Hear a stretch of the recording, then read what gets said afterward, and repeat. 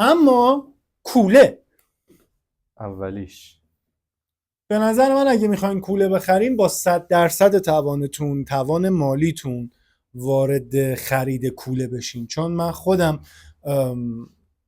چند تا تعلل ریس کردم، سعی کردم خیلی ولخرجی نکنم و چیزای عجیب غریب خریدم دیگه. یعنی مثلا یه دونه خریدم و یادم از رو اسنپ پی زدم، ولی یادم نمیاد اصلا از کجا خریدم.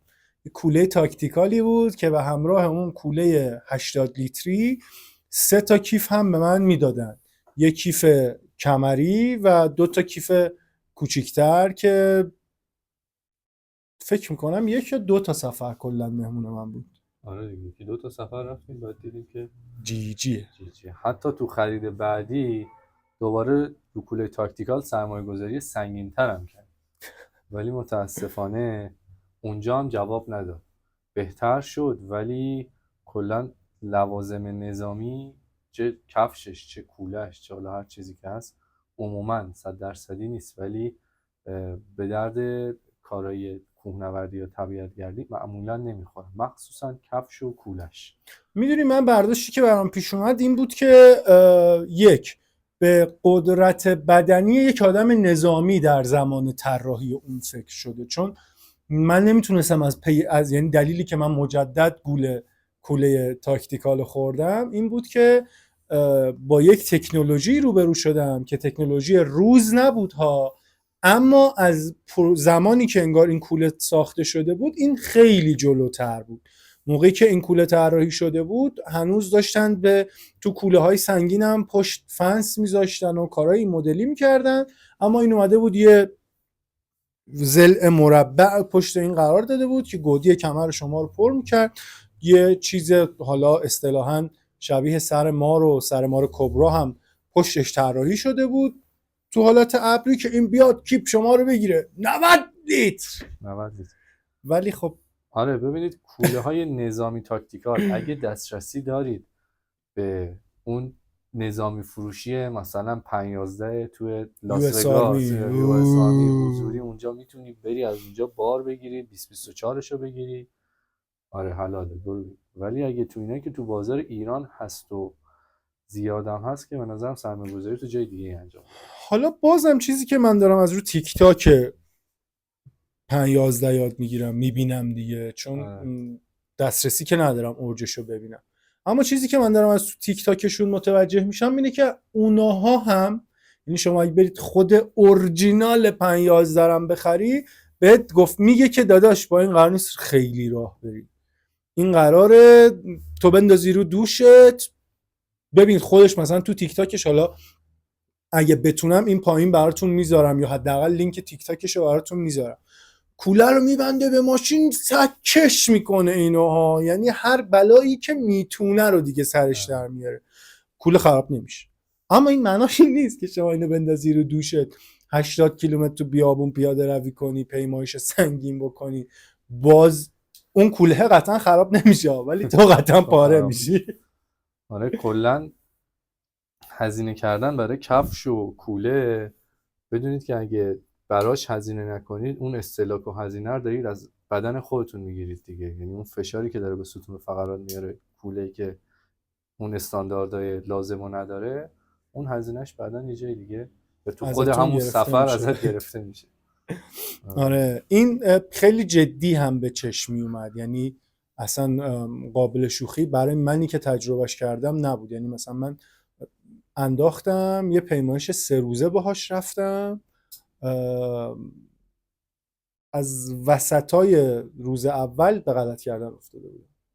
حالا تو خودتون به تجربه نه 40 آره اونجا فوش میدادم اصلا اولیه. من چرا انقدر یه چیز انقدر بزرگ با خودم آوردم؟ فکرم داریم ناتوار نه اون اولیه که 2 تا کیف 3 تا کیف داشت، اصلا من از یه جایی بعد اینجوری بودم که من چرا انقدر وسیله با خودم آوردم اینا رو، من کجا، یعنی واقعا از بعد از ظهر روز اول برای من شروع شد.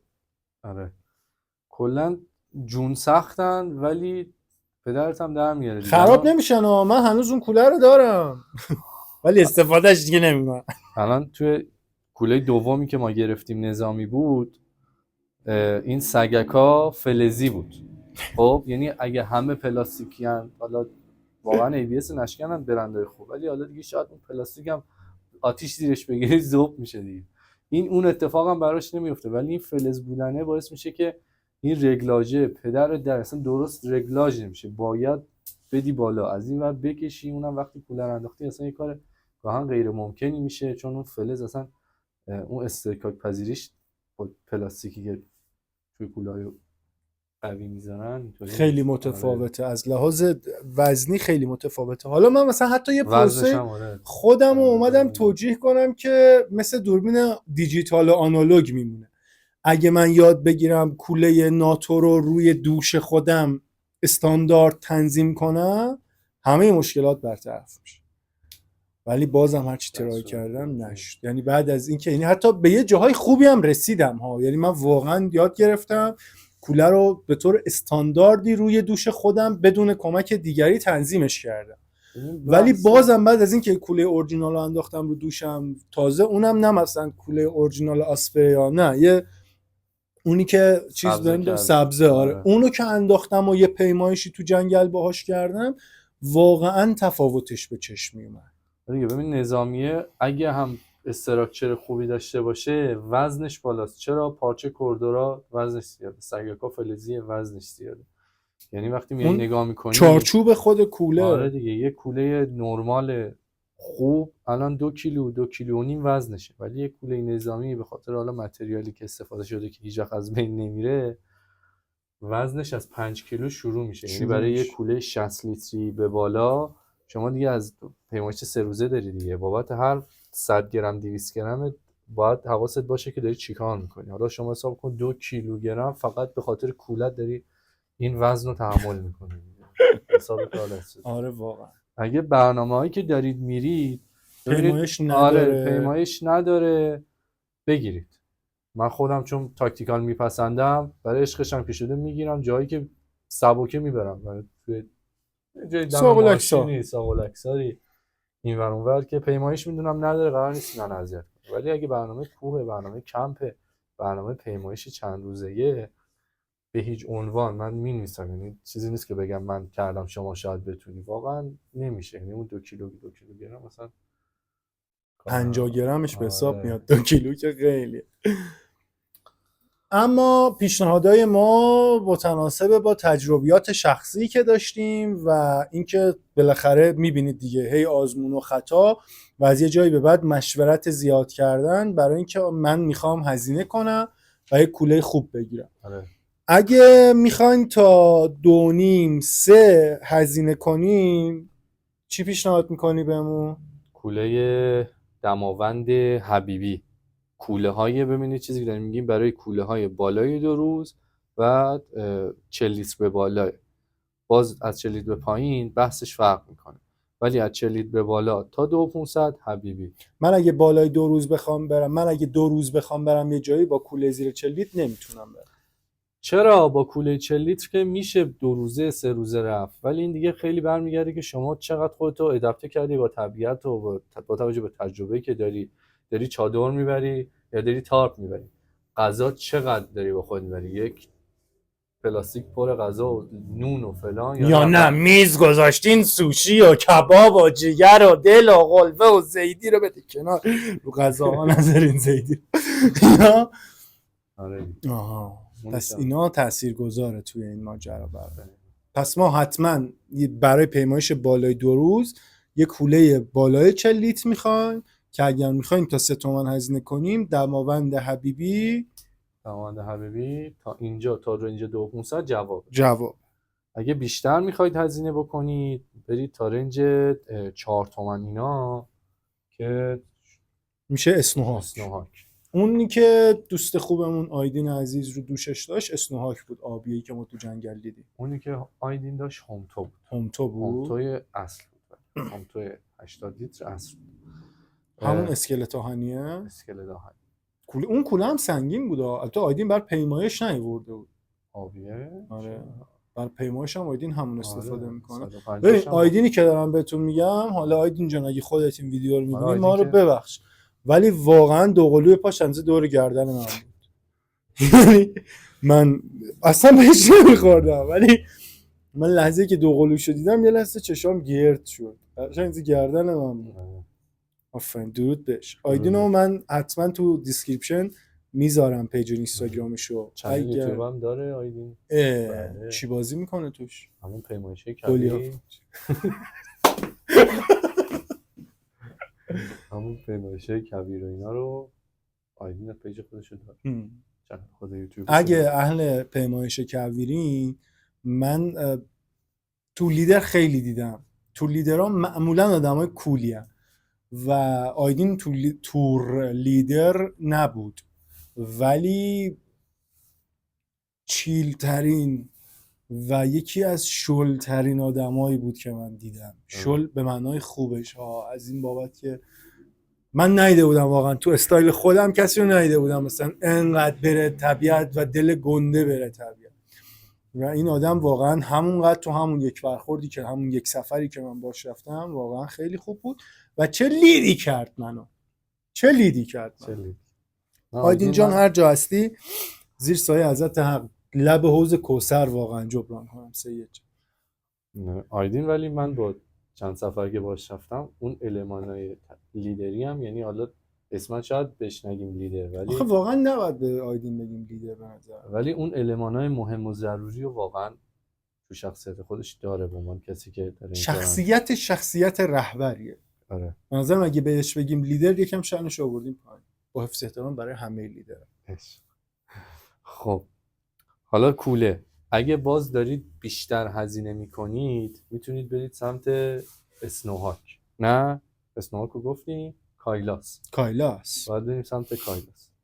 اگه هم که کایلاس هم بیشتر میخواید هزینه بکنید که دیگه واقعا اگه از 8-9 تومن بیشتر به نظر من میخوای هزینه کنی تو این حوزه، بیا دایرکت، یعنی ایمیل بده بهمون یا شماره تماسمون رو پیدا کن بهمون زنگ بزن یا بیا دایرکت. واقعا از این بابت هم میگم که ببین خیلی مهم میشه که تو کوله چند لیتری میخوای، برای چه کاری میخوای و اینکه این کوله چند لیتری که تو داری میخری با این اسکلتی که داره یه حد استانداردی وزن رو قراره تحمل کنه دیگه.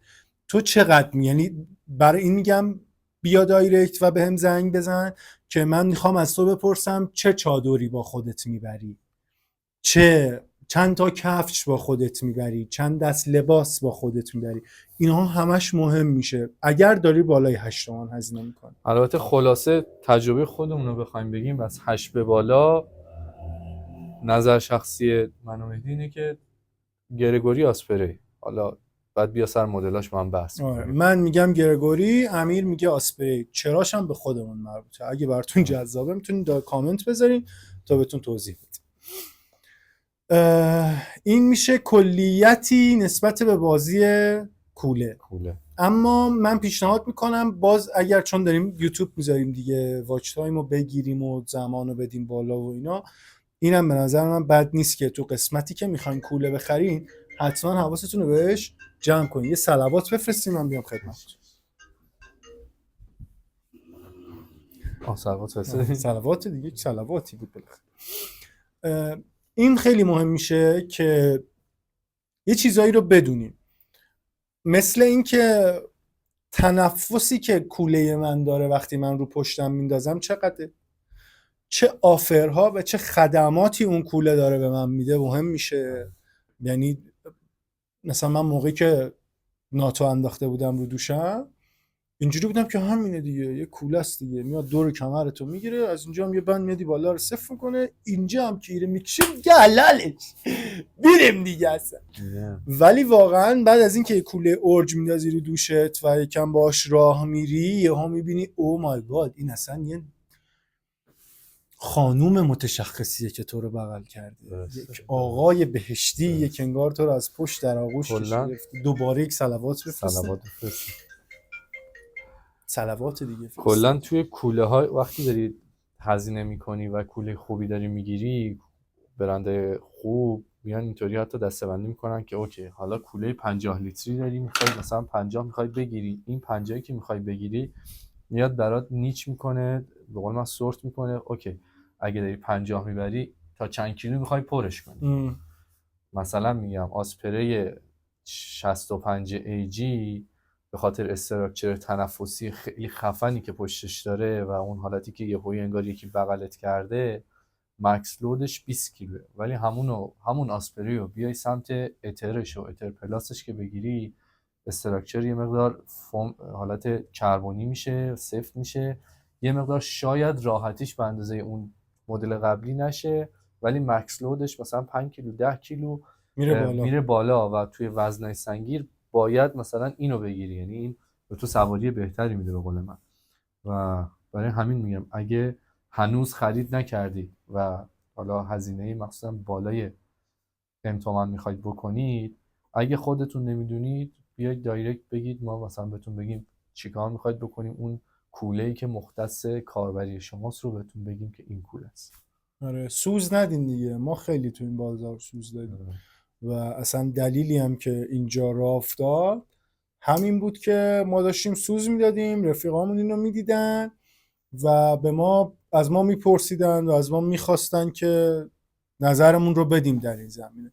ما هم که آدمای خوشلاس دیگه گفتیم هنوزم داریم سوز میدیم یعنی جنسی که تو بازار میاد معمولا اگه دستمون برسه توی هر رنج قیمتی معمولا میگیریم، امتحان میکنیم، حالا بد بود میذاریمش کنار، خوب بودم که معرفیش میکنیم دیگه. مثلا اینو نخری، حالا بحث چاقو نیست ولی اینو نخری.